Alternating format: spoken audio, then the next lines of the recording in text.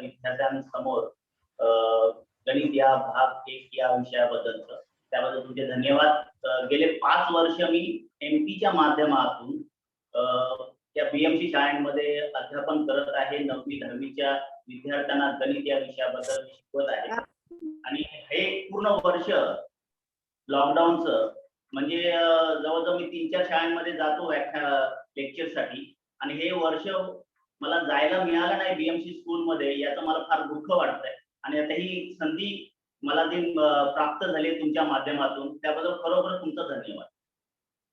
तर विद्यार्थी मित्रांनो, आपण तुम्ही आत्ताच विज्ञानाचं व्याख्यान ऐकलं, बरोबर? विज्ञान हा आपल्या आयुष्याशी कसा निगडित आहे ते आपण पाहिलं. आता आपण बघणार आहोत की गणित. इयत्ता 8वी पर्यंत गणित हा विषयाचं तुम्हाला एकच पुस्तक होतं. या इयत्ता 9वीला आल्यानंतर आपल्याला गणिताचे 2 भाग झालेले आहेत, गणित भाग 1 आणि गणित भाग 2.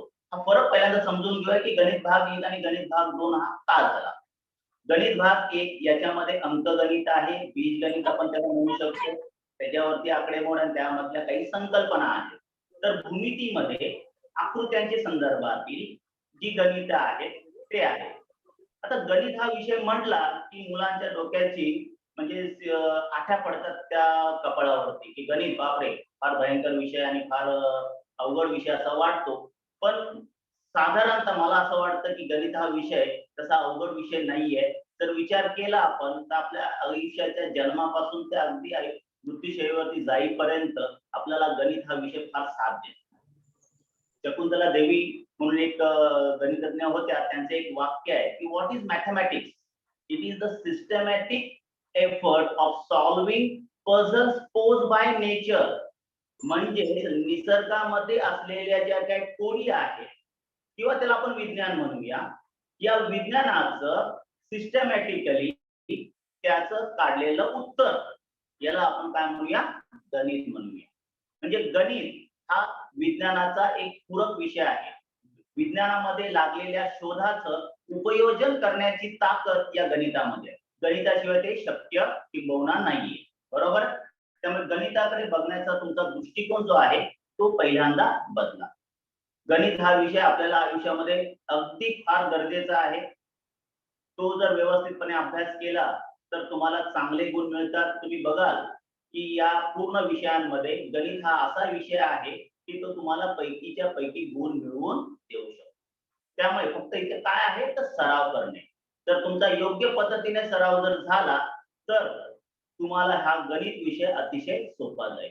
मग आता गणिताची सुरुवात करण्या अगोदर या वर्षीची आपली काय प्रकरणं आहेत ते बघण्या अगोदर आपण बघणार आहोत की गणिताची सुरुवात करताना जर गणित आपलं पक्क व्हायचं आहे, जर आपल्याला गणितामधली सर्व संकल्पना समजल्या पाहिजेत आणि व्यवस्थितपणे सोडवता आला पाहिजे, पेपर आपला पूर्ण झाला पाहिजे, तर यासाठी सगळ्यात महत्वाचं आहे पाढे. सगळ्यात महत्वाचं तुमचे पाढे पाठ पाहिजेत. वर्ग किमान 30 पर्यंत वर्ग पाठ पाहिजेत आणि 10 पर्यंतचे घन. हे बेसिक आहे. आता पाठ करायचं म्हणलं की तुम्ही बोला सर कुठे आता पाढे पाठ करणार आम्ही, बरोबर आहे. आता इयत्ता 9वीला तुम्ही पाढे पाठ करण्याची गरज नाहीये. पण रोज जर तुम्ही 10 ते 15 मिनिटं हे पाढे वर्ग आणि घन फक्त बघून वाचले, मी फक्त म्हणतो बघून वाचले, तरी आपोआप पाठ होतात. असं मी म्हणत नाहीये की तुमचे 30 पर्यंत पाढे पाठ झाले पाहिजे, पण किमान रोज वाचले तर तुम्हाला ते अंक, त्या संख्या लक्षात राहतात आणि गुणाकार भागाकार करताना याचा तुम्हाला फार मोठा उपयोग होतो, जेणेकरून गणिताचा पेपर तुमचा वेळेत काय होतो कंप्लीट होईल, पूर्ण होईल, बरोबर? यासाठी ते आवश्यक आहे. हे झालं आपलं बेसिक काय पाढे वर्ग आणि घन. त्यानंतर सगळ्यात महत्वाचं होतं काय आपलं की कुठे आपण चुकतो. एखादं गणित करायला जातो आपण पण आपलं उत्तर ना भलतंच येतं. आहे एक वेगळं उत्तर आणि भलतंच उत्तर येतं. याचं एक कारण आहे चिन्हांचे नियम.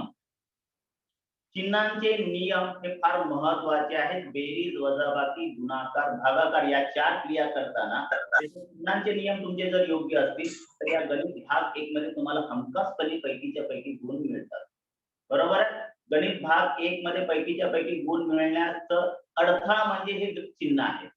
तुम्हाला जर चिन्हांचे नियम योग्य पद्धतीने पाठ नसतील तर तुमचं उत्तर चुकू शकतं. मग त्यासाठी हे चिन्हांचे नियम मी मग सुरुवातीला तुमचं चिन्हांचे नियमावरती आधारित काही गणित घेणार आहेत, जेणेकरून त्याचा तुम्हाला उपयोग होईल. कारण की इथून पुढे आपल्याला गणित बघताना चिन्ह चुकले, चिन्हांचे नियम चुकले तर आपलं उत्तर चुकीचं येणार आहे. त्यामुळे मी सुरुवात पहिल्यांदा त्या चिन्हांच्या नियमांपासून करूया. आपण काही उदाहरणं घेऊया. बेरीज, वजाबाकी, गुणाकार आणि भागाकार.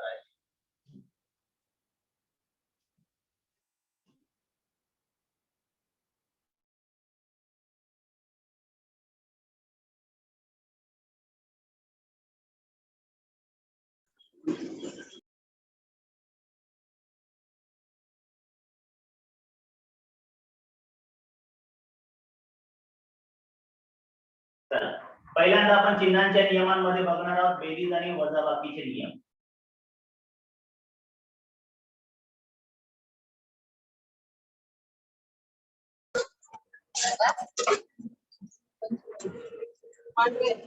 आपण एकत्रितपणे बघणार आहोत बेरीज आणि वजाबाकीचे नियम. मी काही संख्या घेतोय, नियम सांगण्याच्या ऐवजी आपण संख्या घेऊया. 12 अधिक 4. आता ही जर अशा दोन संख्या असतील, 12 ला पुढे चिन्ह नाहीये म्हणजे ते चिन्ह का असतं, धन असतं.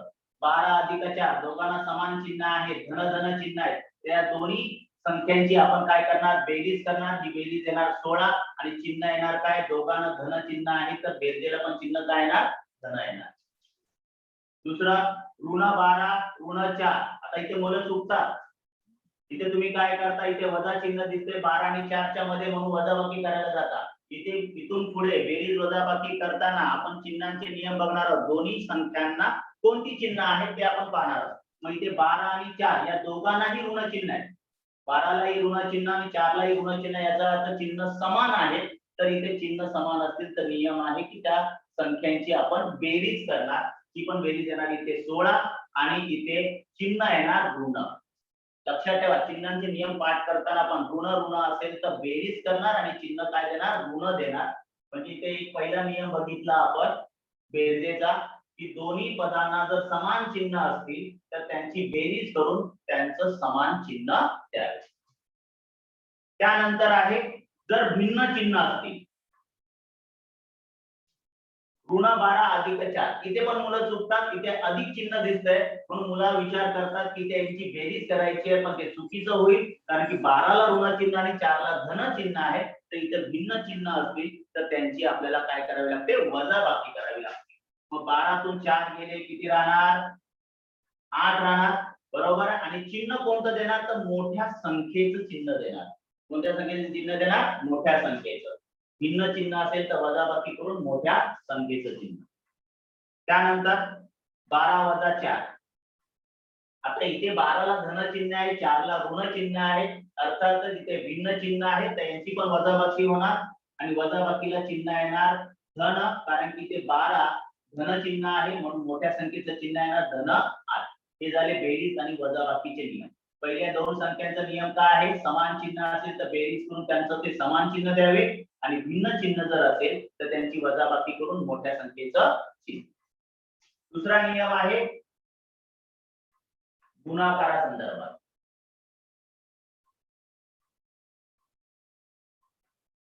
संख्या आपण याच घेऊया, 12 गुणिले 4. ऋण 12 गुणिले ऋण 4. ऋण 12 गुणिले 4 आणि 12 गुणिले ऋण 4. मग आता गुणाकाराचे नियम काय सांगतात ते लक्षात घ्या. समान चिन्ह असतील. आता इथे प्रत्येकाचा गुणाकार 12 किती येणार आहे, 48. पण आता इथे चिन्हांच्या नियमानुसार काय होणार ते बघा. इथे धन गुणिले धन असेल तर दोन्ही संख्यांना धन चिन्ह असेल तर गुणाकार हा धनच येतो.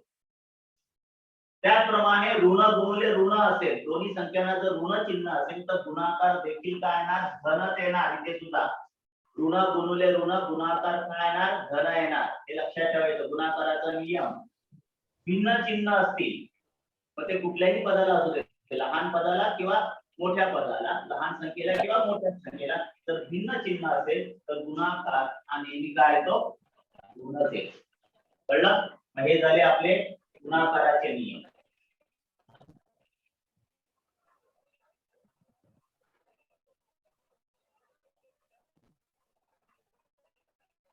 भागाकार करूया आपण.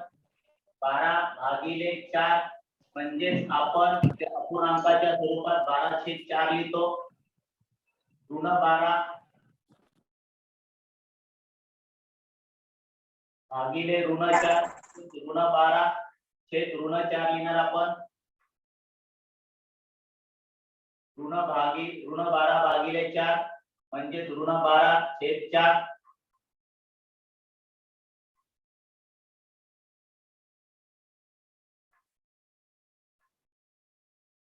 आता इथे प्रत्येक ठिकाणी भागाकार काय येणार, समानच येणार, फक्त चिन्ह बदले.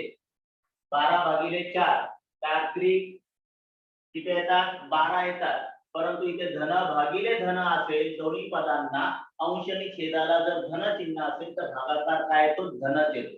धन चिन्ह नाही दिलं तरी चालतं. त्याचप्रमाणे ऋण 12 छेद ऋण 4 म्हणजे अंश आणि छेदाला दोघांनाही जर ऋण चिन्ह असेल तरी सुद्धा आपला भागाकार जो आहे तो धनच येतो.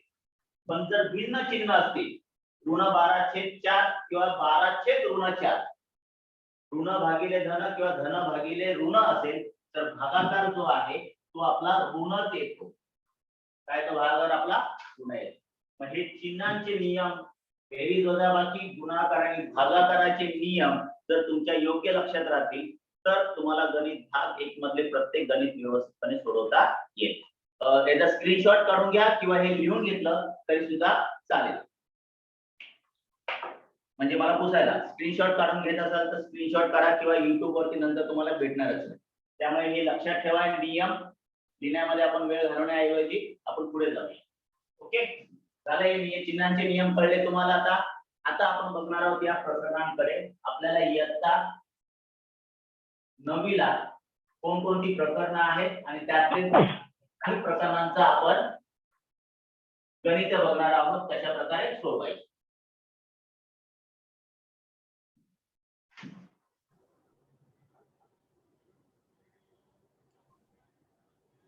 चला, पहिलं प्रकरण आहे आपलं काय, संच. आता यावर्षी तुम्हाला सांख्यिकी हे जे प्रकरण आहे शेवटचं ते वगळण्यात आलेलं आहे आजच्या अभ्यासक्रमामधून, यावर्षीच्या अभ्यासक्रमातून. पण तुम्हाला बाकीची जी प्रकरणं आहेत त्याचा अभ्यास करायचा आहे, कारण की या प्रकरणावरती आधारित पुढच्या वर्षी 10वीला तुम्हाला पण काही गणित येणार आहेत. तर कुणाचं काय लिंक आहे ते आपण पाहणारच आहोत. पहिल्यांदा आपण बघूया की संच. या संच या प्रकरणामधील काही महत्वाचे टॉपिक जे तुम्ही सहजपणे करू शकता. पहिलं प्रकरण आहे आपलं काय, संच. आता या संचामध्ये काय काय आहे, काय काय संकल्पना आहे. तर सगळ्यात महत्वाचं आहे की संच म्हणजेच काय, तर एखाद्या संख्यांचा समूह किंवा एखादा समूह, एखाद्या गोष्टींचा समूह. संच कशाला म्हणतात गणितामध्ये, समूह आणि संच याच्यामध्ये फरक आहे. प्रत्येक गोष्टीचा आपण समूह बोलू शकतो पण प्रत्येक समूहाला संच म्हणता येत नाही. संच म्हणजेच काय, तर ज्या समूहातील घटक आपल्याला नेमकेपणाने मोजता येतील किंवा सांगता येतील अशा समूहांनाच आपण काय म्हणणार, संच म्हणणार. बरोबर आहे. मग आता हे संच लिहिण्याच्या पद्धती आहेत तुम्हाला होत्या. बरोबर, 2 प्रकारे संचाच्या पद्धती आहेत. एक यादी पद्धत आहे आणि एक गुणधर्म पद्धत. बरोबर. यादी पद्धतीमध्ये लिहिताना आपण काय करतो, तर त्या समूहात त्या संचातील प्रत्येक घटक आपल्याला त्या महिरपी कंसामध्येच लिहायचे. संच लिहिण्याची पद्धत जी आहे ती महिरपी कंसामध्येच आहे. बरोबर. मग महिरपी कंसामध्ये हा संच आपल्याला काय करायचा असतो, लिहायचा असतो. आणि प्रत्येक घटक लिहिताना आपल्याला त्याच्यामध्ये काय करायचं आहे, स्वल्पविराम करायचा आहे, कॉमा करायचा. बरोबर. तर गुणधर्म पद्धतीमध्ये तुम्ही काय करता, तर त्या संचातील जे पण काही गुणधर्म आहे, उदाहरणार्थ जर आपण घेतलं की एखाद्या संच आपण घेऊया, उदाहरणार्थ शिकवतात ना, बोला बोला, ऐकायला नाही आलं मला.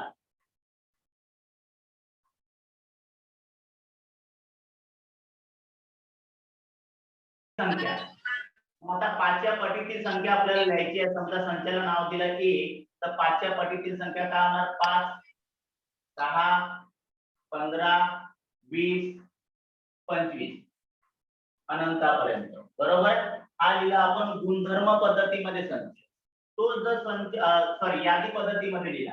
आता हा संच जर आपल्याला गुणधर्म पद्धतीमध्ये लिहायचा आहे तर आपण या संचातील प्रत्येक घटक लिहायची आवश्यकता नसते. या संचातील घटकांबद्दल आपण एखादं अक्षर मानणार, समजा ते आपण अक्षर घेऊया x. म्हणजे या संचामधील 5च्या पटीमधील ज्या ज्या संख्या आहेत त्यांच्याबद्दल अक्षर घेतलं आपण x. मग हा a हा अशा x चा संच की x ही 5च्या पटीतील संख्या आहे असं लिहा. झालं. याला आपण म्हणणार गुणधर्म पद्धत. म्हणजे त्या संचातील घटक लिहिताना आपल्याला प्रत्येक घटक न लिहिता त्यांचं फक्त काय लिहायचं, गुणधर्म लिहायचा. याला आपण गुणधर्म पद्धत म्हणतो. बरोबर. त्यानंतर संचांवरील क्रिया आपण बघितल्या आहेत. संचांचा संयोग, संचांचा छेद. संयोग संच म्हणजेच काय बघितलं आपण, त्या संचांमधील काय बघितलं आपण, दोन्ही संचांमधील घटकांना एकत्र करून लिहिणे म्हणजे त्याला आपण संयोग संच म्हणतो. छेद संच म्हणजेच काय, तर त्या संचांमधील जे सामायिक घटक आहेत तो एकदा संच काढला तर त्याला आपण काय म्हणतो, छेद संच म्हणतो. बरोबर. तर या संचांवरची क्रिया आहे. त्यानंतर आपण संचांचे प्रकार पाहिलेले आहेत. रिक्त संच, ज्या संचामध्ये एकही घटक नसतो त्याला आपण रिक्त संच म्हणतो. ज्या संचातील घटक आपल्याला अनंतापर्यंत आहेत, पूर्णपणे मोजता येणार नाहीत कधीच, पूर्णपणे त्यांचं काउंटिंग कधीच पूर्ण होणार नाही, यादी पूर्ण होणार नाही, त्याला आपण अनंत संच म्हणतो. पण जर संचातील घटकांची यादी संपणारी असेल तर त्याला आपण काय म्हणतो, शांत संच म्हणतो. म्हणजे काही संचांचे प्रकार आहेत. बरोबर. संचांवरती आधारित मी काही गणित घेणार नाही कारण की संचांवर आधारित पुढच्या वर्षी आपल्याला इतकं प्रकरण नाहीये. आपण पुढच्या प्रकरणाकडे वळणार आहोत. हे झालं संचांच्या बद्दल. बरोबर. हे पहिलं प्रकरण तुम्हाला संचांचं होतं. आता दुसरं प्रकरण जे आहे ते वास्तव संख्या आहे आणि ते फार महत्वाचं आहे. या वास्तव संख्यांमध्ये मी काही घटक घेणार आहे. उदाहरणार्थ कर्णी. वास्तव संख्येतील कर्णी हा घटक फार महत्वाचा आहे. पुढच्या वर्षी तुम्हाला काही गणित भाग 1 आणि भाग 2 मध्ये सोडवताना त्याचा आपल्याला काय करावा लागणार आहे, उपयोग करावा लागणार आहे. मग या वास्तव संख्यांमधील बेरीज, वजाबाकी, गुणाकार, भागाकार आपण पाहणार.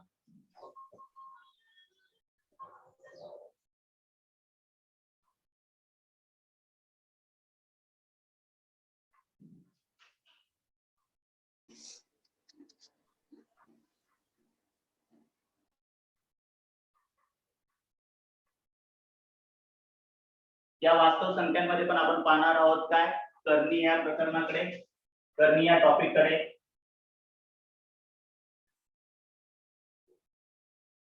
कर्णी म्हणजेच काय आपण बघितलेलं आहे, ज्या संख्यांचं, जी संख्या अशा प्रकारे जाते याला आपण कर्णी चिन्ह म्हणतो.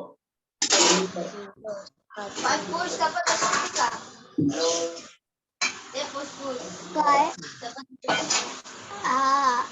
माईक कोणाची चालू आहे तुम्ही बंद करा. बाईचा फोन येऊन देऊ नको बरं. आला तरी उचलू नको. कर्णी कशाला म्हणतो आपण? पप्पा शाकायला लागले का बाईचा फोन. कुणाला तरी माईक चालू आहे त्यांनी बंद करा.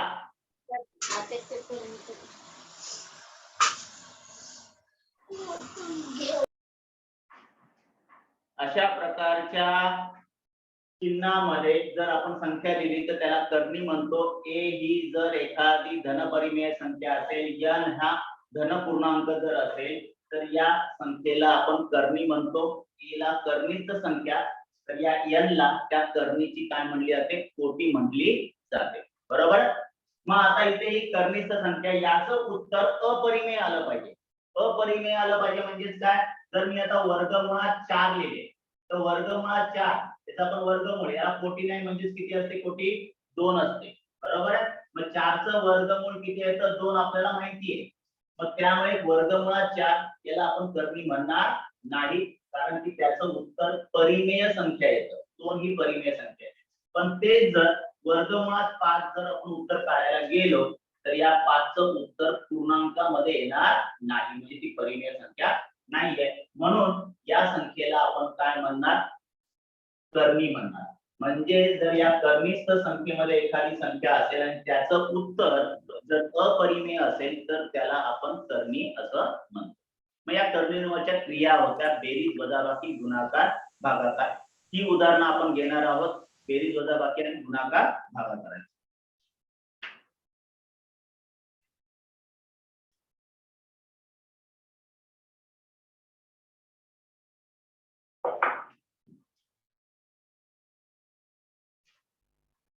2.3 मधलं काही गणित आहेत बेरीज वजाबाकीची, ती आपण घेणार आहोत.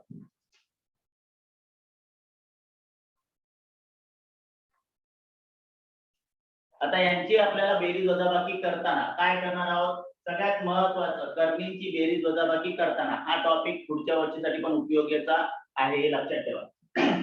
करणींची बेरीज वजाबाकी करताना करणीस्थ संख्या आणि त्या दोन्ही करणींची कोटी समान असणं आवश्यक आहे. जर समान असेल तरच आपण त्या दोन करणींची आपल्याला बेरीज वजाबाकी करता येऊ शकते, अन्यथा नाही. हे पहिल्यांदा लक्षात घ्या. मग आता या दोन्ही ठिकाणी इथे करणी आहेत, इथे करणीची संख्या 3 आहे, दोन्ही करणींची कोटी काहीच नाही म्हणजे 2 आहे, आणि त्यांचा 5 आणि 8 हा गुणक आहे.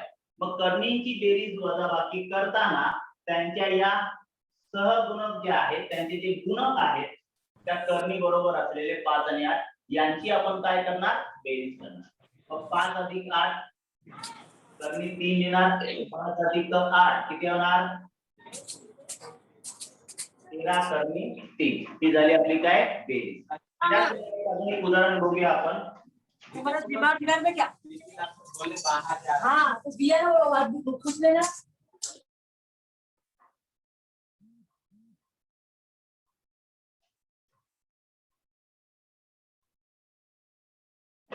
आता हे एक उदाहरण आहे. 7 करणी 48 वजा करणी 27 वजा करणी 3. आता यांची बेरीज वजाबाकी करताना मी आता काय सांगितलंय की बेरीज वजाबाकी करताना सगळ्यात महत्वाचं काय आहे की त्या करणीची संख्या कशी पाहिजे, समान पाहिजे. इथे करणीची संख्या समान आहेत का, नाही. इथे 48 27 आणि 3. मग इथे अशा प्रकारच्या करणींची बेरीज वजाबाकी करताना आपल्याला त्या करणीला सरळ रूप द्यावं लागेल, बरोबर. मग आता त्यासाठी काय करणार आपण, 2 आहे, मग इथे 48 अशी करणार की त्याच्यामध्ये वर्ग असली पाहिजे, बरोबर. मग मला सांगा 48 ची फोड काय होईल, त्यांची संख्या आपल्याला पूर्ण वर्ग पाहिजे. काय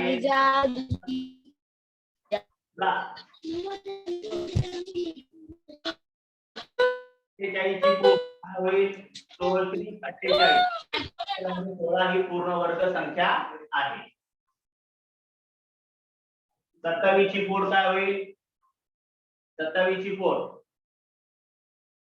की ज्याच्यामध्ये एक अवयव त्याचा पूर्ण वर्ग पाहिजे, तर असं काय होईल, 9 त्रिक 27 करणे 3. मग आता इथे 16 च वर्गमूळ आपल्याला माहिती आहे, म्हणजे 16 च वर्गमूळ आणि 3 च वर्गमूळ, त्यापैकी 16 च वर्गमूळ माहिती आपल्याला 4. मग इथे फक्त वर्गमुळात किती राहिले, 3 राहिले, म्हणजे करणी 3 राहिली, वजा या 9 च वर्गमूळ येतं 3, त्यामुळे करणीच्या बाहेर येताना ते 3 येणार, आणि हे करणी 3 राहिले वजा 3. 7 चौक 28 करणी 3 वजा 3 करणी 3 वजा करणी 3. मग आता यांची बेरीज वजाबाकी करायची आहे आपल्याला. तर आता यांच्या मी काय सांगितलं, करणी 3 आहे, त्यांचे गुणक म्हणजे 28 वजा 3, आणि इथे काही गुणक नाही, याचा अर्थ तो 1 आहे, हे लक्षात ठेवा. एखाद्या संख्येला एखादा जर गुणक नसेल तर तो किती असतो, 1 असतो. मग त्यानुसार आता इथे आपल्याला मिळाले 28 वजा 3 वजा 1. आता यांचे करताना चिन्हांचे नियम आपल्याला वापरायचे. 28 वजा 3 जर केले तर किती येतात, 25. 25 वजा 1 किती येणार, 24. म्हणजेच हे उदाहरण आपण सोडवलं, किती आलं, 24 करणी 3. म्हणजेच करणींची बेरीज वजाबाकी करताना सगळ्यात महत्वाचं आहे करणींची करणी काय पाहिजे, समान करणी पाहिजे, सहजातीय करणी पाहिजे, म्हणजे करणीस्थ संख्या समान पाहिजे, तरच आपण त्या करणींची बेरीज किंवा काय करू शकतो, वजाबाकी करू शकतो. जर नसेल तर त्याचं रूपांतर करून घ्या, त्याला सरळ रूप द्या. सरळ रूप देताना करणीचा इथे करणी काय होतं, वर्ग करणी होती, म्हणून आपण त्याचे असे अवयव काढले की त्याच्यामध्ये पूर्ण वर्ग संख्या मिळेल, बरोबर. आणि ते बाहेर काढल्यानंतर आपल्याला गुणाकार करताना सहजातीय करणी मिळाल्या, आणि मग त्यांची बेरीज आली आपली 24 करणी 3. अशा प्रकारे आपल्याला करणींची काय करायची असते, बेरीज करायची. ओके, कळलं हे तुम्हाला. चला आता आपण बघणार आहोत करणींवरती दुसरी क्रिया, गुणाकाराची आणि भागाकाराची. पहिल्यांदा गुणाकाराचा एखादा गणित बघूया.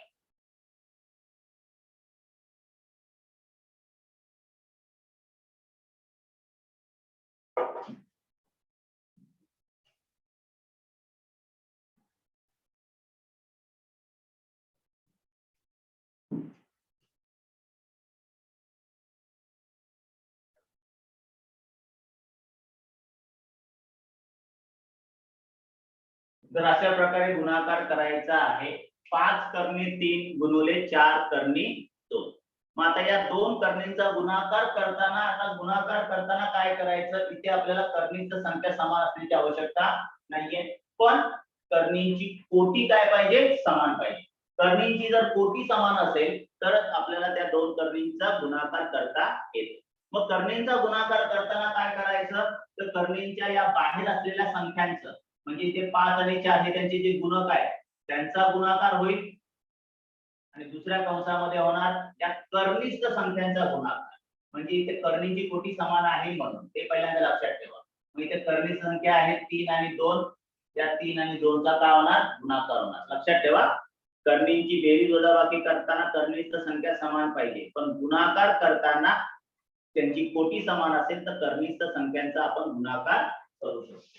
मग 4 पंचे 20 आणि इथे कर्णी 3 गुणुले 2 किती आले, 6 आले.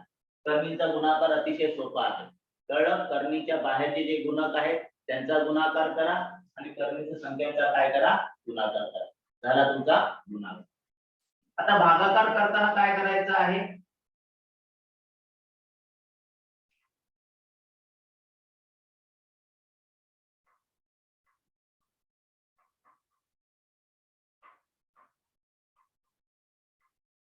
समजा अशा प्रकारे गणित आलं. 6 कर्णी 15 भागिले 3 कर्णी 5, बरोबर. मग आता हे आपण अपूर्णांकाच्या स्वरूपात मांडू शकतो. 6 कर्णी 15 ते 3 कर्णी 5.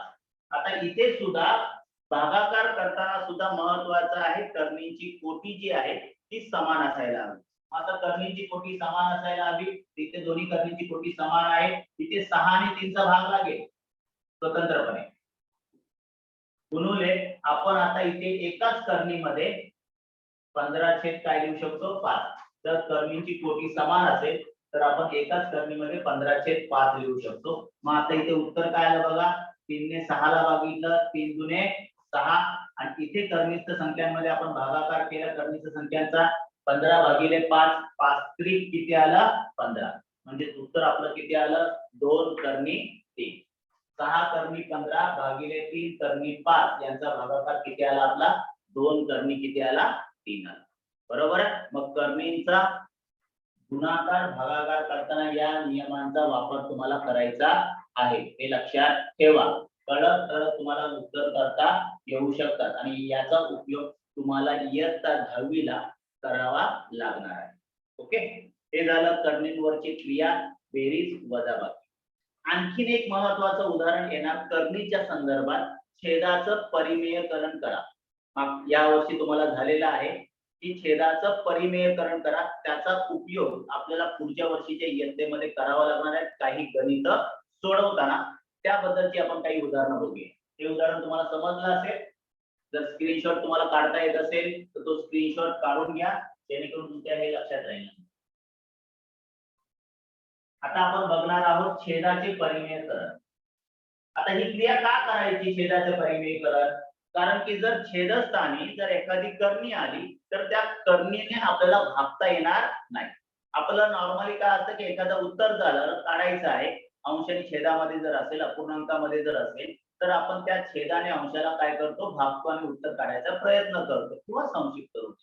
पण जर छेदस्थानी कर्णी असेल तर त्या प्रकारे कर्णीने आपल्याला भागता येणार नाही आणि म्हणून त्या छेदाचं आपल्याला काय करायचंय, परिमेयकरण. प्रश्न येतो तुम्हाला, छेदाचे परिमेयकरण करा. एक उदाहरण घेऊया आपण. 1 छेद कर्णी 7 आहे. आता 1 छेद कर्णी 7 म्हणले की याचं उत्तर सहसा काढता येणार नाही, म्हणून आपण इथे काय करणार आहोत, छेदाचं परिमेयकरण. आता छेदाचं परिमेयकरण करताना कोटी समान असणार. कोटी काय आहे हे महत्वाचं आहे बघा. आता नॉर्मली आपल्याला इयत्ता 9वी आणि 10वीला अशाच प्रकारच्या छेदाचं परिमेयकरण करायचं आहे ज्या करणीची कोटी 2 आहे. इथे करणीला कोटी नाही म्हणजे किती आहे 2 आहे. आता या छेदाचं परिमेयकरण करायचं आहे. कर्णी 7चं परिमेयकरण करायचं म्हणजे काय तर त्या कर्णीस्थ संख्येचं जे कर्णी चिन्ह आहे ते घालवायचं. ते कसं जाईल ते बघा. 1/कर्णी 7 आहे तर आपण त्या अपूर्णांकाला कर्णी 7 ने गुणणार. कशाने गुणणार आपण कर्णी 7. मग इथे काय झालं बघा 1 गुणिले कर्णी 7 कर्णी 7 गेले. पण इथे कर्णी 7 गुणिले कर्णी 7 म्हणजे कर्णी 7 चा काय झाला वर्ग झाला. मग एक करणीचा नियम आहे. करणीचा नियम काय आहे ए कर्णीस्थ n कोटी असेल म्हणजे n जर त्याची कोटी असेल आणि त्याचा घात पण n असेल. एखाद्या करणीची कोटी आणि घात जर समान असेल तर त्याचं उत्तर येतं ती कर्णीस्थ संख्या म्हणजे फक्त काय येणार 1. बरोबर आहे. मग यानुसार इथे कर्णी 7 छेद त्या कर्णी 7 चा वर्ग कोटी पण 2 वर्ग पण घातांक पण 2 आहेत. उत्तर किती येणार 7. मग इथे कर्णी 7 छेद किती आलं उत्तर 7 आलं. याचाच अर्थ आपण छेदाचं काय केलं परिमेयकरण केलं. त्याशिवाय आपल्याला इथे भाग लावता येत नाही. हे लक्षात ठेवायचं. कळलं. ते झालं छेदाचं काय करणे परिमेयकरण करणे.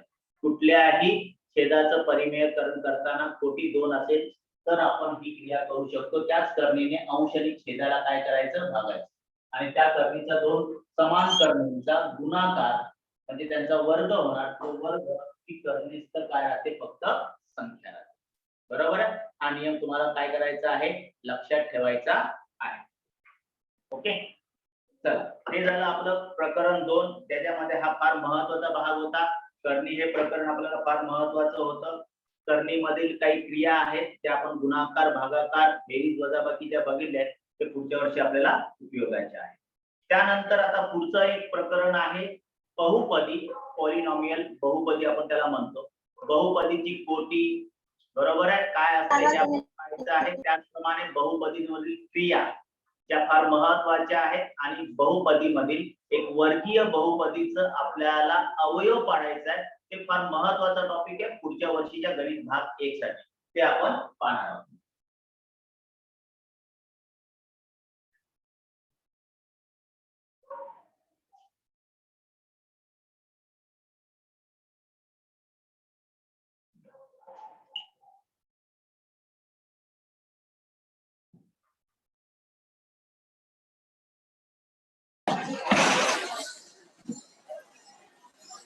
तर बहुपदी कशाला म्हणतो आपण जर अक्षर आणि आपले अल्फाबेट म्हणजेच काय आहे की अंक आणि अक्षर यांच्या एकत्रित मिलनाने जी काही गणित होतात त्याला आपण बैजिक राशी म्हणतो. आणि अशा बैजिक राशींनी जोडून तयार होणाऱ्या एखाद्या संख्येला आपण काय म्हणणार बहुपदी म्हणणार. म्हणजेच आता इथे ते असं जरी लिहिलं तर ही p एक प्रकारची बैजिक राशी आहे.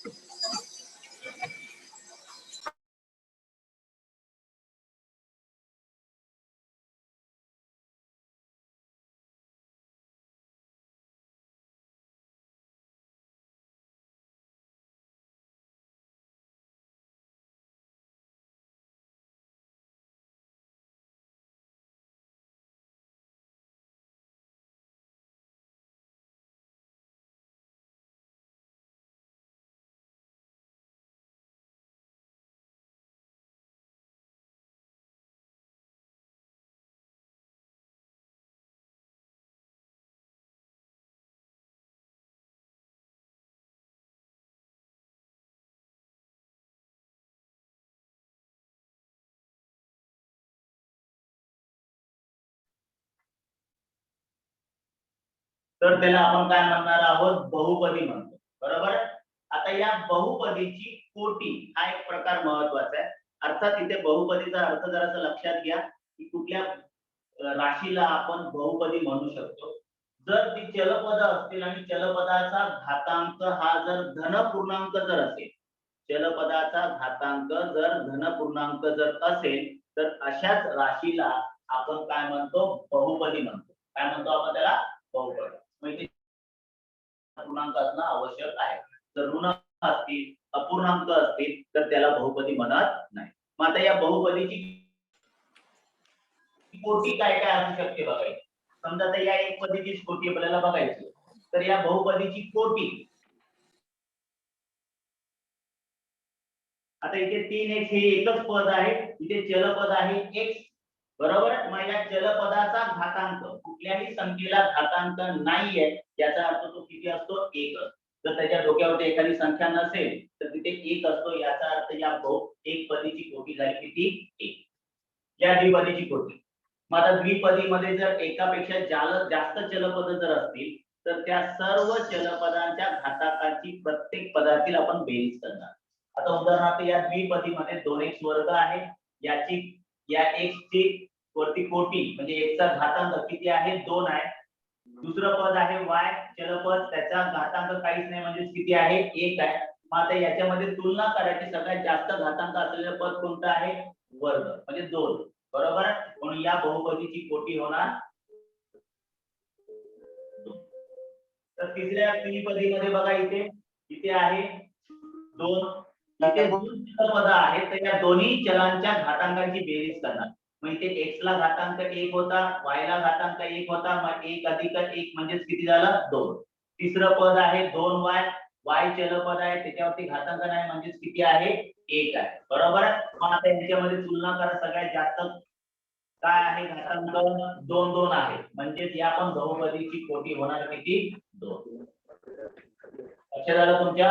तर 2 पेक्षा जास्त चलपद जर असतील तर त्यांची कोटी करताना त्या सर्व चलांच्या, त्या एका पदातील सर्व चलांच्या घातांकांची काय करायची, बेरीज. ती बेरीज, जी बेरीज जास्त मोठी असेल ती त्या बहुपदीची कोटी. आता इथे पहिल्या आणि दुसऱ्या पदातील घातांकांची बेरीज समानच येते, 2 2 जे जास्त आहे. मग या बहुपदीची कोटी किती झाली, 2 झाली. कळलं. हे झालं बहुपदींची कोटीच्या संदर्भात. बहुपदींमधील बेरीज वजाबाकी करताना सगळ्यात महत्वाचं आहे की त्यांची जर पदे समान असतील, स्वरूप पदे त्याला आपण म्हणूया, जर ही स्वरूप पदे असतील तर त्यांची बेरीज वजाबाकी आपण करू शकतो. त्याची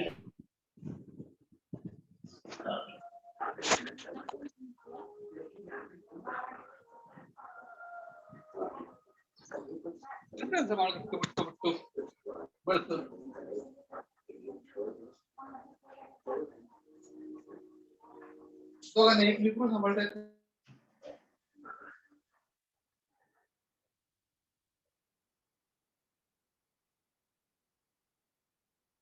बहुपदींची बेरीज वजाबाकी, कारण की आपल्याला इयत्ता 10वी साठी सुद्धा ते फार काय आहे, आवश्यक आहे.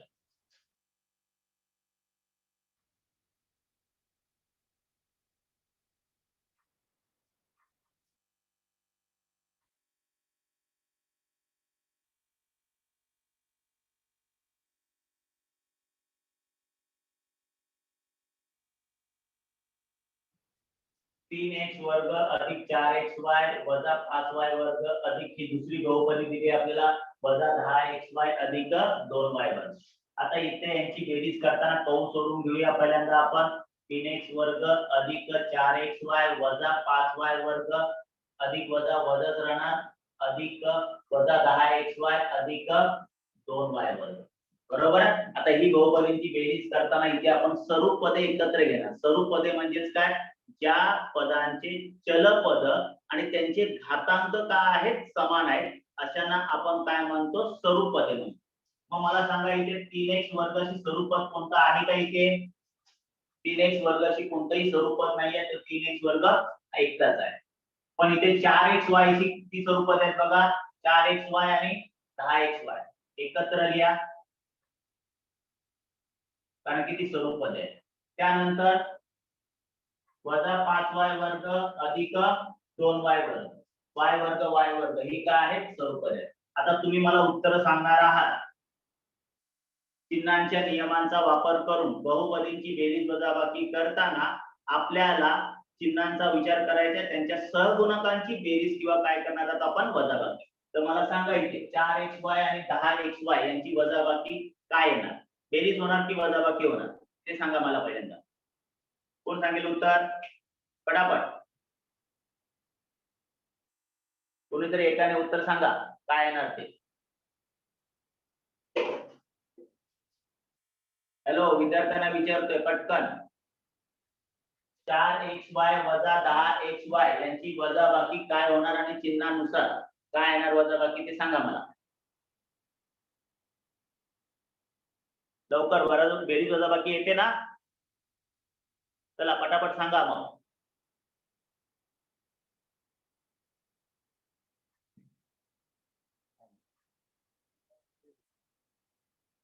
काय येणार इथे वजाबाकी यांची चिन्ह बघा इथे काय आहे, 4xy ला धन चिन्ह आहे, 10xy ला काय चिन्ह आहे, ऋण आहे.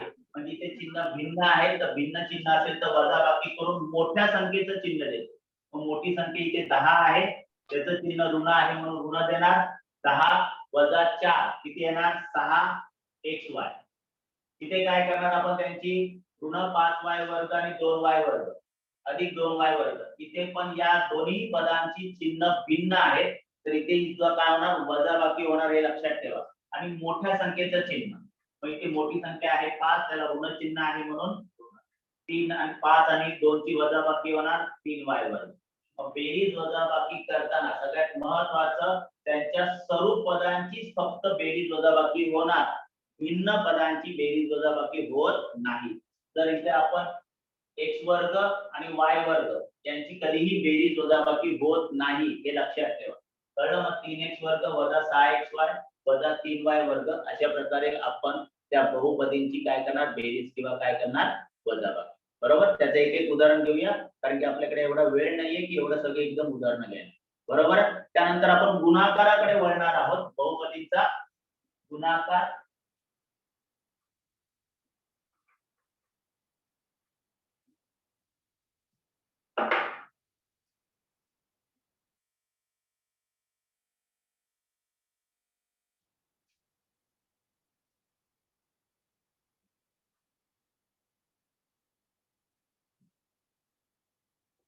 बहुपदीचा गुणाकार करताना वेगवेगळे गुणाकार आहेत. पहिल्यांदा आपण एकपदीने द्विपदीला गुणणे, द्विपदीने द्विपदीला गुणणे आपण बघणार आहोत.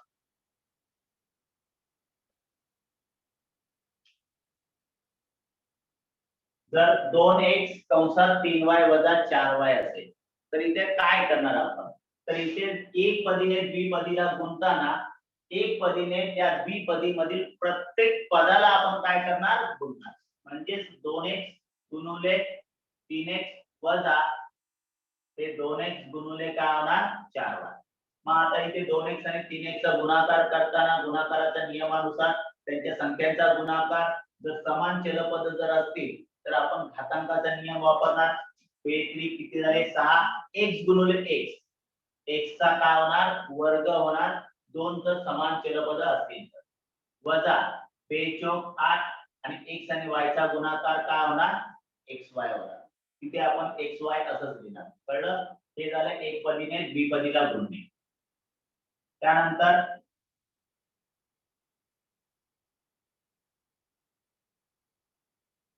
द्विपदीने आपण त्रिपदीला गुणायचं उदाहरण पाहूया. 4m वजा n त्याने आपण m वर्ग वजा mn अधिक n वर्ग या त्रिपदीला आपण गुणतोय. तर इथे करताना काय करणार आपण, या त्रिपदीतील प्रत्येक पदाने आपण त्रिपदीला गुणणार. म्हणजे 4m ने प्रथम m वर्ग वजा mn अधिक n वर्गला गुणणार, नंतर वजा n वर्गने m वर्ग वजा mn अधिक n वर्गला गुणणार. n ने बघ. मग आता गुणाकार करताना काय करायचंय बघा इथे पुन्हा इथे पहिल्या उदाहरणाप्रमाणे या एक पदीने प्रत्येक पदाला गुणायचं. आता इथे मी हा गुणाकार मांडत नाहीये, डायरेक्ट गुणाकार करतो. मग 4m गुणिले m वर्ग, आता इथे सहगुणक नाहीये म्हणजे 1 आहे. 4 1 4 राहणार. m गुणिले m वर्ग, m चा काय होणार घन होणार. m गुणिले m वर्ग, m चा काय होणार घन. वजा पुन्हा 4 1 4. आता या m ने या mn ला गुणलं या m ने काय घेतलं आपण mn ला गुणलं तर m गुणिले m वर्ग आणि आहे तो n तसंच राहणार अधिक या 4m ने आता n वर्गाला गुणलं 4m गुणिले n वर्ग गुणाकार येणार 4mn वर्ग हे 4m आणि हा n वर्ग 4mn वर्ग. आता आपल्याला गुणायचं आहे ऋण n ने.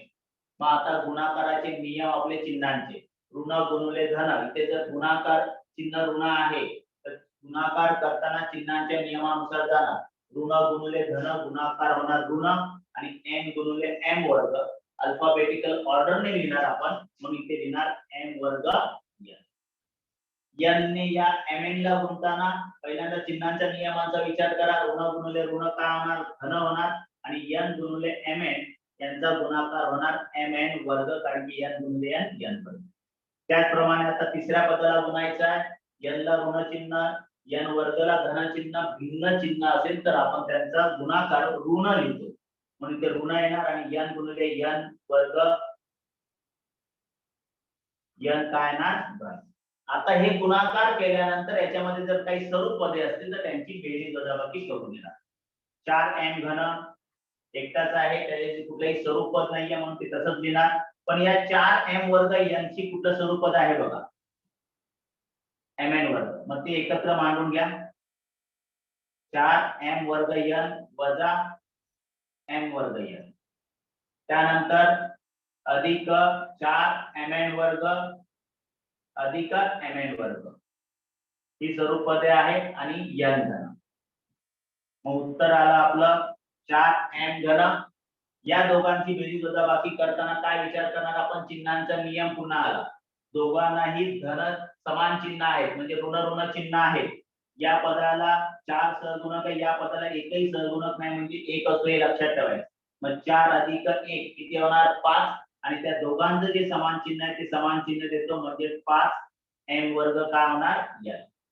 इथेही दोघांनाही समान चिन्ह आहेत धन धन चिन्ह आहेत बेरीज होणार आणि दोघांचंही चिन्ह धन आहे म्हणून यांच्या उत्तराला पण धन म्हणून 5mn वर्ग वजा n घन. मग अशा प्रकारे बहुपदींचा आपल्याला गुणाकार करावा लागतो. एक पदीने द्विपदीला किंवा द्विपदीने त्रिपदीला गुणताना त्या द्विपदीतील प्रत्येक पदाने आपल्याला त्या त्रिपदीला गुणावं लागेल आणि गुणाकार करून मग उत्तर येताना जर काही स्वरूप पदे असतील तर त्या स्वरूप पदांची आपल्याला काय करायची आहे बेरीज किंवा वजा. ओके हे झालं बहुपदींचा गुणाकार. आता या बहुपदीमधील एक शेवटचा अभ्यास तुम्हाला असा होता सराव संच असा होता की त्याच्यामध्ये वर्गीय त्रिपदीचे अवयव पाडणे. हा वर्गीय त्रिपदीचे अवयव पाडणे हा पुढच्या वर्षीसाठीचा सगळ्यात महत्त्वाचा मुद्दा आहे. पुढच्या वर्षी एक वर्ग समीकरण नावाचं प्रकरण येणार आहे. त्याच्यामध्ये हा वर्गीय समीकरणाचे वर्ग समीकरणाचे अवयव पाडा अशा प्रकारचं एक उदाहरण येणार आहे. त्यामुळे हे महत्त्वाचा टॉपिक आहे तो आपण एक घेऊया आणि मग आपल्या या सेशनला आपण बंद करूया.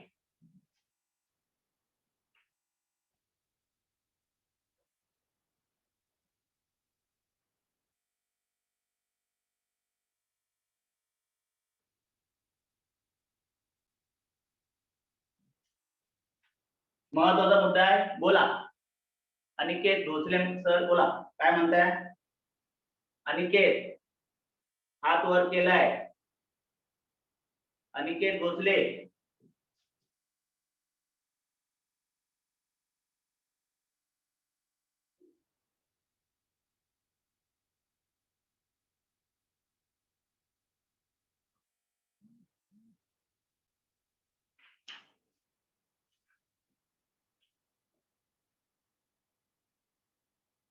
वर्गीय बहुपदीचे अवयव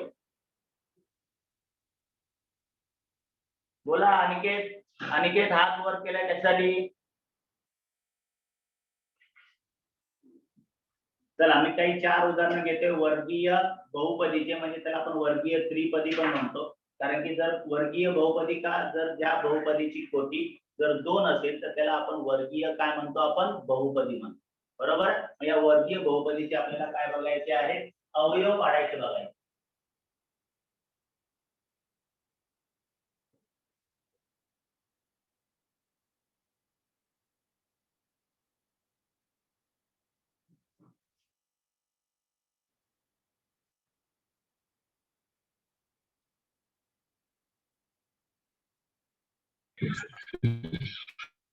तर इथे मी 4 वर्गीय त्रिपदी लिहिलेले आहेत म्हणजे बहुपदी. आता या 4 वर्गीय त्रिपदीचे आपल्याला काय पडायचे आहेत, अवयव पडायचे आहेत. कुठल्याही बहुपदीचे अवयव पडताना पहिल्या सगळ्यात महत्वाची स्टेप असते, तर त्या पदातून काही सामायिक काढता येत असेल तर ते आपण सामायिक काढतो, बरोबर आहे. पण आता इथे तुम्ही पाहाल की इथे कुठल्याही त्रिपदीमध्ये सामायिक घटक नाहीये, तीनही पदांमध्ये कोणताही समान घटक नाहीये. मग काय करायचं, मग इथे आपल्याला करायचं आहे मधल्या पदाची फोड. हे सगळ्यात महत्वाचं लक्षात ठेवा. मधल्या पदाची फोड करून आपण त्या वर्गीय त्रिपदीचे काय पाडू शकतो, अवयव पाडू शकतो. मग आता सगळ्यात महत्वाचं, इथे मी जी काही 4 उदाहरणं घेतली त्या 4 उदाहरणांमध्ये एक समानता आहे. काय, तर यांची तीनही पदं मी समान घेतली आणि भिन्नता काय आहे, तर या सगळ्या पदांची जे चिन्ह आहेत ते भिन्न आहेत कुठे ना कुठे, बरोबर आहे. काहींचं धन धन आहे, काहींचं ऋण धन, धन ऋण आणि ऋण ऋण. पहिल्या पदाचं चिन्ह नेहमी धन असतं. मग आता इथे काय करायचं आहे आपल्याला, ज्या वेळेला वर्गीय त्रिपदीचे अवयव काढायचे आहेत, या मधल्या पदाची फोड करतो आपण. कुठल्या पदाची, मधल्या पदाची. मग आता या 5 ची फोड आपल्याला काही करता येईल, 2 अधिक 3, 4 अधिक 1, बरोबर आहे. त्यानंतर 7 वजा 2, 6 वजा 1 अशी कोणतीही आपण फोड करू शकतो. पण ती फोड करताना सगळ्यात महत्वाचं आहे की शेवटचं पद विचारात घ्यावं लागतं, तर ती फोड जी आहे ती आपली योग्य पद्धतीने होणार, अन्यथा नाही. मग आता शेवटचं पद का महत्वाचं आहे ते बघायचं. आता इथे अधिक 6 आहे आणि इथे ऋण 6 आहे, ऋण 6 आहे, बरोबर आहे. तर इथे लक्षात ठेवा काय करायचं आपण. मग इथे या 6 ची फोड करताना, 6 ची फोड करताना काय विचार करणार, 6 ला चिन्ह शेवटचं पद धन आहे, तर या 6 चे अवयव पाडायचे आहेत. असे अवयव पाडायचे की त्यांची बेरीज ही मधल्या पदा एवढी आली पाहिजे. शेवटच्या पदाला चिन्ह जर धन असेल तर त्यांचे अवयव पडताना काय विचार करायचे आहे की त्यांच्या अवयवांची बेरीज काय आली पाहिजे, मधल्या पदा एवढी आली पाहिजे. आता इथे मधल्या पदाचा सहगुणक आहे 5. मग या 6 चे असे अवयव पडा की त्यांचा गुणाकार 6 आला पाहिजे, पण त्यांची बेरीज किती आली पाहिजे, 5. तर कोण सांगेल मला याचं उत्तर.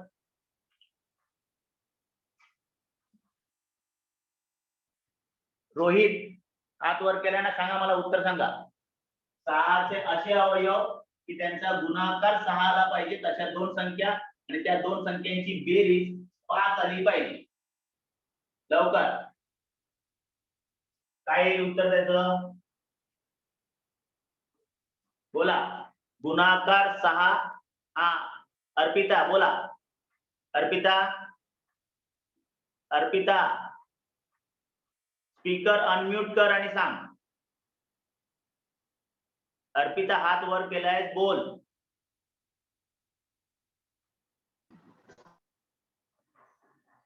स्पीकर अनम्यूट करा आणि बोला.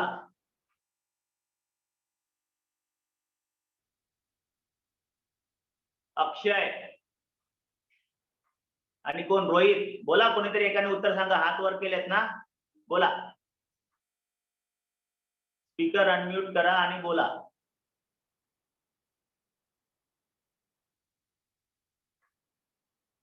सर यांचं स्पीकर म्यूट अनम्यूट नाही होत आहे का.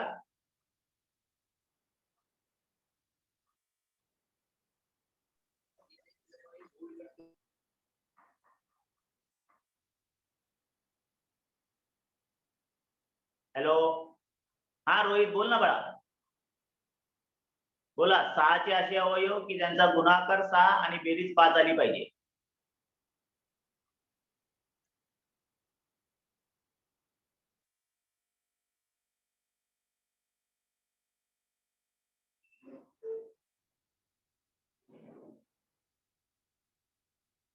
चला ठीक आहे, आपण बघूया इथे 6 चे असे अवयव की ज्यांचा गुणाकार 6 आणि बेरीज 5 आली पाहिजे. तर अवयव पडणार किती, 3 दुने 6, 3 आणि किती पडणार 2, 3 दुने 6 होतात आणि 3 आणि 2 ची 5 होते. पण आता इथे हे अवयव पाडल्यानंतर आणखीन एक महत्वाचा घटक असतो की त्यांना चिन्ह काय द्यायचे. आता इथे बेरजेला जिथे चिन्ह धन आहे, चिन्हांच्या नियमाचा वापर करणं, म्हणजे 3 आणि 2 ला आपण दोघांना पण काय चिन्ह देणार, धन. मग आता आपली झाली इथे या मधल्या पदाची फोड 5x ची या 3 आणि 2 ने. आता मधल्या पदाला चलपद आहे x, म्हणून इथे लिहिणार आपण 3x अधिक 2x. हे दोन अवयव घेतले, चलपद घेतले, अधिक काय आलं 6. मग आपली झालेली 4 पद. आता या 4 पदांचे दोन दोनचे आपण काय करणार, आपण गट पाडणार आणि यांच्यामधून सामायिक काढणार. x वर्ग अधिक 3x मधून एक सामायिक काढला, कंसात राहिला x अधिक 3 सामायिक काढला आपण इथे. x वर्ग आणि 3x मधून x वर्ग मधला एक सामायिक, कंसामध्ये या x वर्ग मधला x राहणार. 3x मधला एक सामायिक, कंसामध्ये किती राहिला 3 अधिक 2x आणि 6 मधून 2 आणि 6 मधून सामायिक काढताना आपण संख्या सामायिक काढतो तर भाग लावून काढणार. 2 म्हणजे 2 आणि 6 ला भाग जाणारी संख्या आहे 2 म्हणून 2 सामायिक येणार. कंसामध्ये काय आहे बघा, 2x मधला 2 सामायिक काढला, 2 राहिले x. 6 मधून 2 सामायिक काढले, 6 म्हणजे किती राहणार 3. म्हणजे x अधिक 3 दुसऱ्या कंसात x अधिक 2 म्हणजे या वर्गीय त्रिपदीचे अवयव झाले x अधिक 3, x अधिक किती झाले 2. चला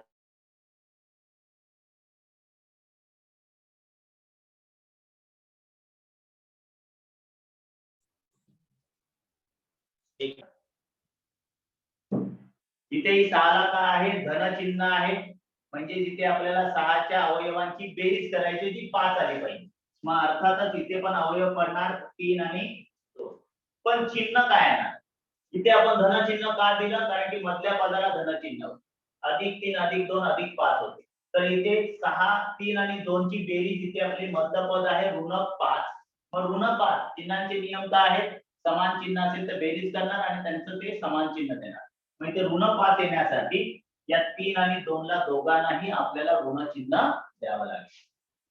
x वर्ग वजा 3x वजा 2x अधिक किती होणार 6.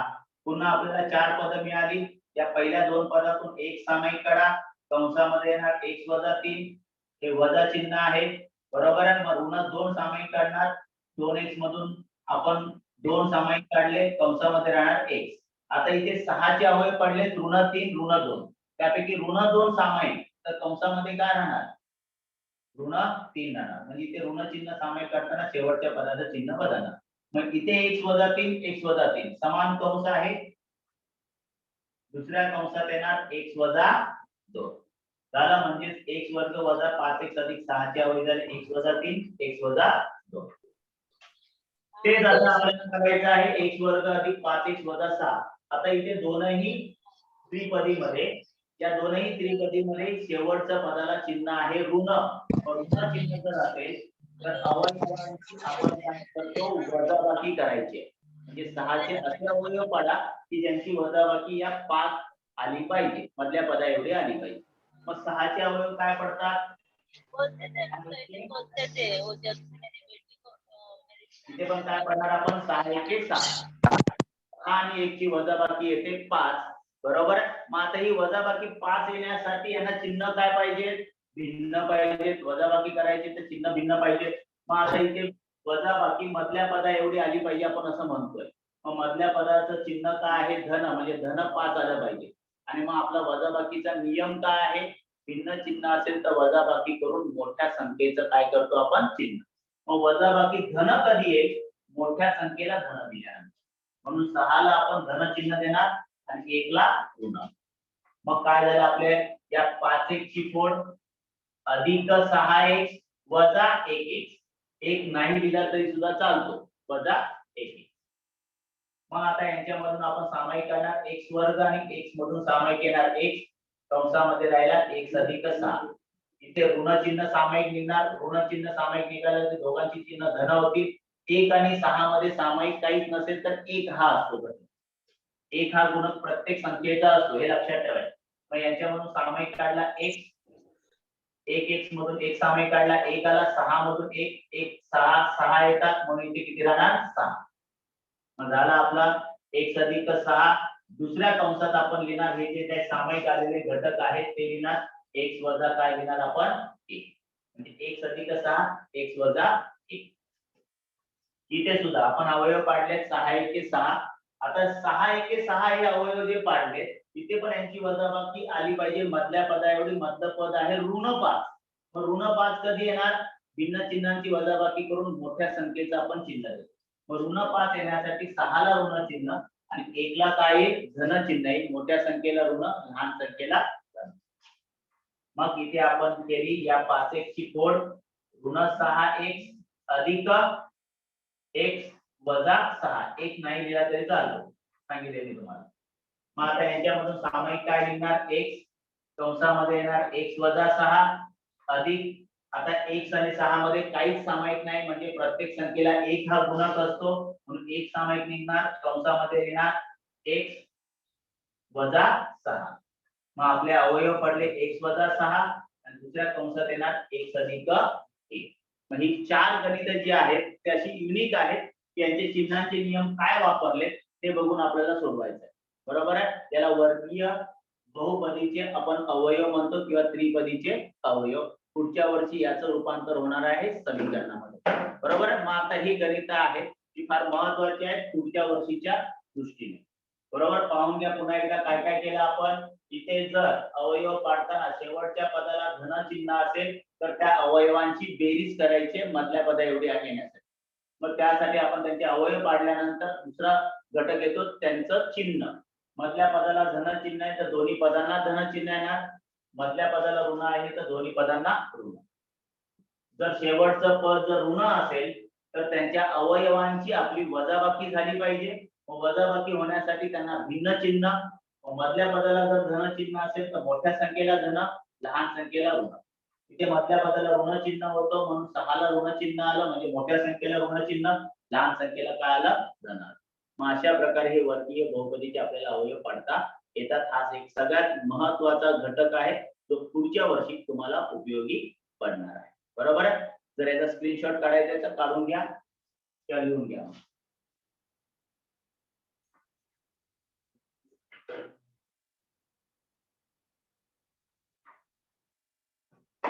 चला आता आपल्याला काय करायचं आहे. हे झालं बहुपदी. त्यानंतर आणखी 2 प्रकरणं आहेत आपल्याकडे. गुणोत्तर प्रमाण आहे. गुणोत्तर प्रमाण मध्ये जी गणित आहे त्याचा आपल्याला काय उपयोग करायचा आहे. पुढच्या वर्षी गुणोत्तर प्रमाण मध्ये 2 संख्यांचं आपल्याला काय करायचं आहे. गुणोत्तर काढायची असतात आणि त्याच्याशी आधारित गणित तुम्हाला निश्चितपणे येतील. त्यातले 2 घटक मी फक्त घेतोय आता पटकन. त्या गुणोत्तरांमध्ये आपल्याला शतमानाचं रूपांतर अपूर्णांकात आणि अपूर्णांकांचं रूपांतर शतमानात कशा प्रकारे करता येईल म्हणजे गुणोत्तरात कशा प्रकारे करता येईल ते आपण पाहणार आहोत. हे 2 घटक फक्त त्यात आपण पाहणार आहोत.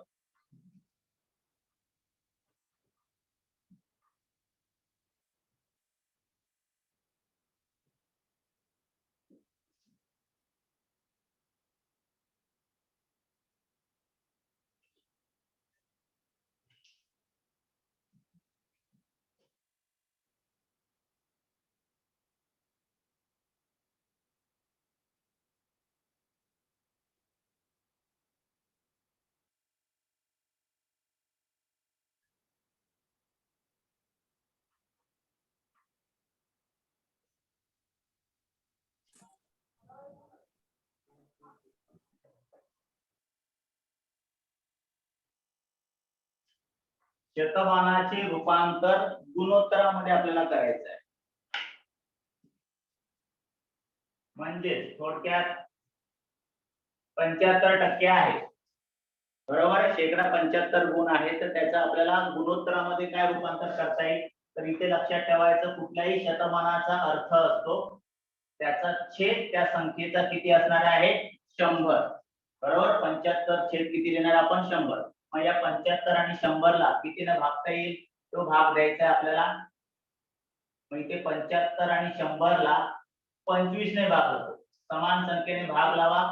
25 त्रिक 75, 25 चौक 100 म्हणजे तिथे या 75% रूपांतर झालं काय 3 किती झालं. बरोबर म्हणजे 3/4.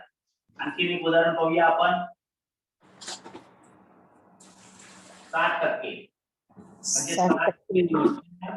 100. मग 60/100 मग इथे कितीने भाग जातो याला 60 आणि 100 ला. मी नाही घालवत. 20 ने भाग जातो. 20 त्रिक 60 100 म्हणजे याचं शतमानाचं रूपांतर झालं गुणोत्तरामध्ये काय तर 3/5 किंवा आपण त्याला 3/5 म्हणणार. दुसरं आहे गुणोत्तराचे रूपांतर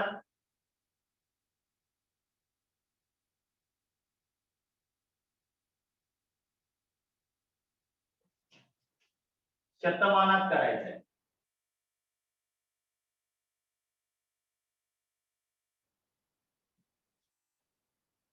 म्हणजे उदाहरणार्थ 1/4 आहे, गुणोत्तर आहे आपलं 1/4. 1/4 म्हणजे आपण ते काय लिहितो, 1 किती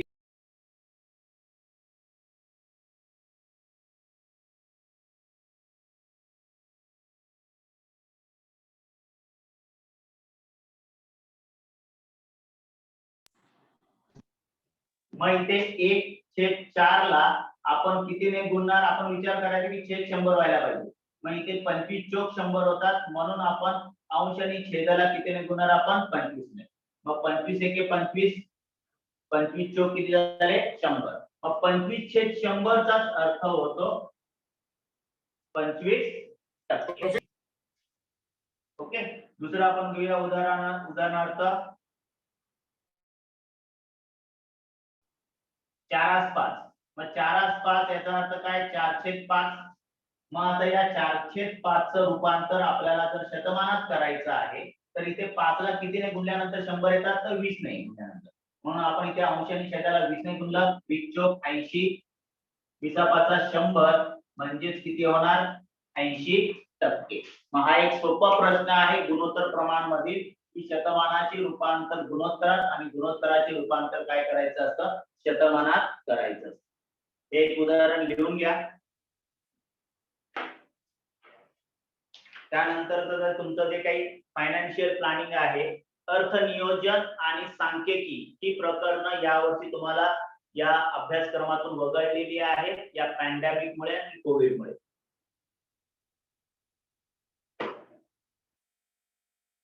हे लिहून झालं तर आपला आजचं हे सेशन आपण इथेच थांबूया. सर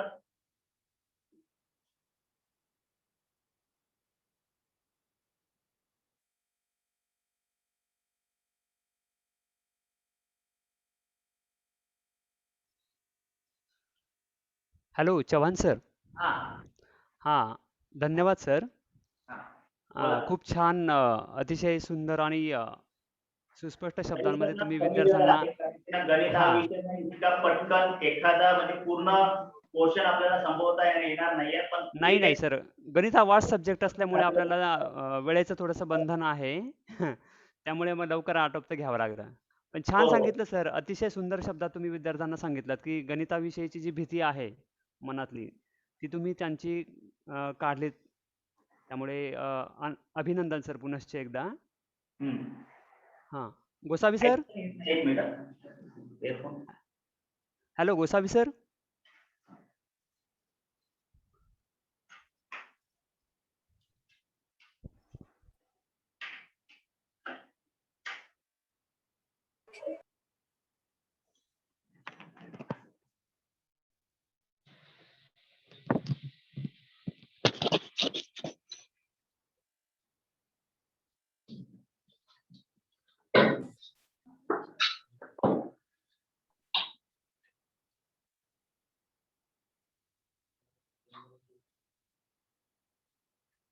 हा sir, Padekar sir.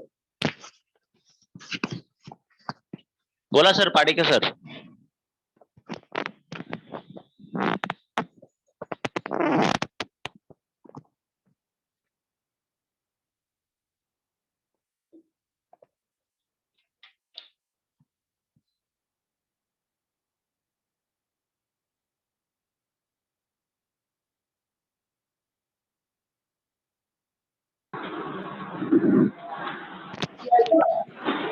Vinayak sir. हा बोला. खूप छान घेतलं सर लेसन. मी जरा प्रवासात होतो. अच्छा अच्छा अच्छा, ठीक आहे. मेन म्हणजे तुम्ही आमच्या मनपाच्या विनंतीला मान देऊन एका फोनवर तुम्ही आलात आणि आमच्या नवीच्या विद्यार्थ्यांना खूप सुंदर असं आज मार्गदर्शन केलं. त्याबद्दल बृहन्मुंबई महानगरपालिका शिक्षण विभागातर्फे आपले खूप खूप आभार आणि धन्यवाद सर. धन्यवाद. तुमचेही धन्यवाद, कारण की मी मिस करत होतो कारण की एवढे 5 वर्ष झालं मी बीएमसी स्कूलमध्ये येतोय शिकवायला, माझ्यापासून सेंट्रल शाळेमध्ये, आणि या वर्षी मला ते फार मिस होत होतं की जाऊ शकलो नाही आपण, पण तुमच्या माध्यमातून मला या मुलांशी संपर्क साधता आला. खरोखर धन्यवाद. ओके सर, असंच यापुढे पण आम्हाला सहकार्य करत राहा जेव्हा. नक्की नक्की नक्की नक्की चालेल. पुन्हा एकदा सर तुमचे ओके. तांबे सर, तसेच पाडेकर सर, अरविंद पवार सर यांच्यामुळे आपल्याशी संपर्क होऊ शकला त्याबद्दल त्यांचे पण मनपूर्वक धन्यवाद. Thank you. Okay okay. Sir Padekar sir hand raise करतायत, कदाचित त्यांना बोलायचं हा. सर. हा, त्यांना बोल. माईक अनम्यूट करायला सांगा सर. अनम्यूट करा सर.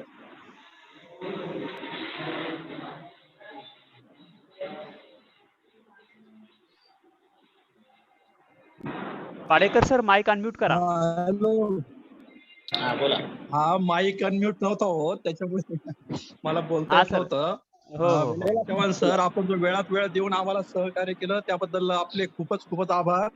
नाही सर, तुम्ही उलट सरांबद्दल मला संधी सांगायचं दिली. ठरलं तर नाही सरांबद्दल सांगायचं ठरलं तर सर दरवर्षी तांबे सरांसोबत आमच्या शाळेत पण येतात, इतर शाळेमध्ये सुद्धा खूप चांगल्या प्रकारे त्यांचं व्याख्यान होत असतं. गणिताबद्दल खूप चांगलं मार्गदर्शन करतात आणि खरोखर ते आवडतं. आजही सरांनी वेळात वेळ काढला आणि आमच्या विनंतीला मान दिला, त्याबद्दल सर आपले खूप धन्यवाद, आभार. अनम्यूट असल्यामुळे मला बोलता येत नव्हतं, पण अशाच प्रकारचं सहकार्य यापुढे असू द्या.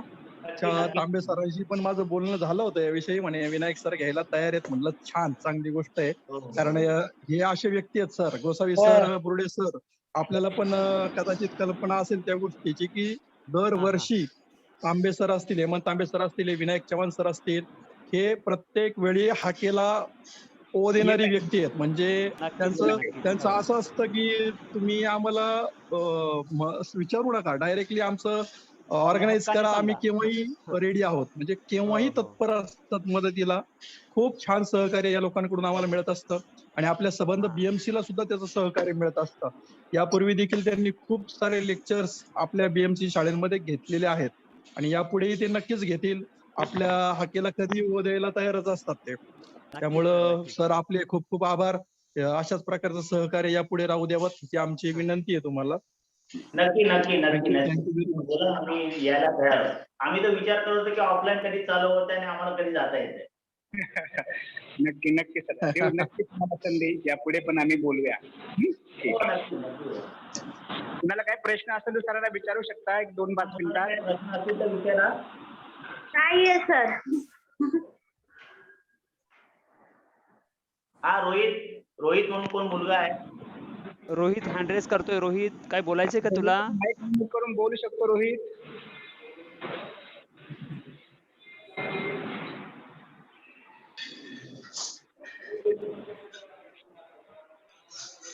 Rohit,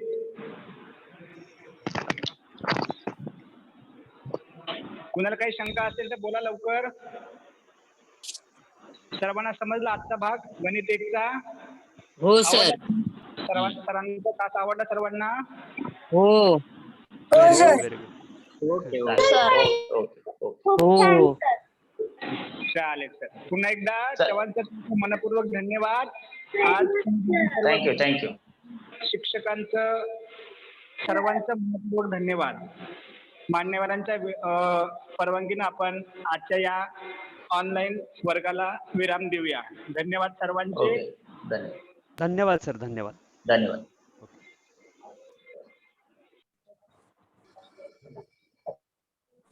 okay sir, thank you. छान घेतलं. ट्रेनमध्ये असल्यामुळे नीट आवाज येत नाही, पण छान झालं. दोन्ही लेक्चर असले छान झाले.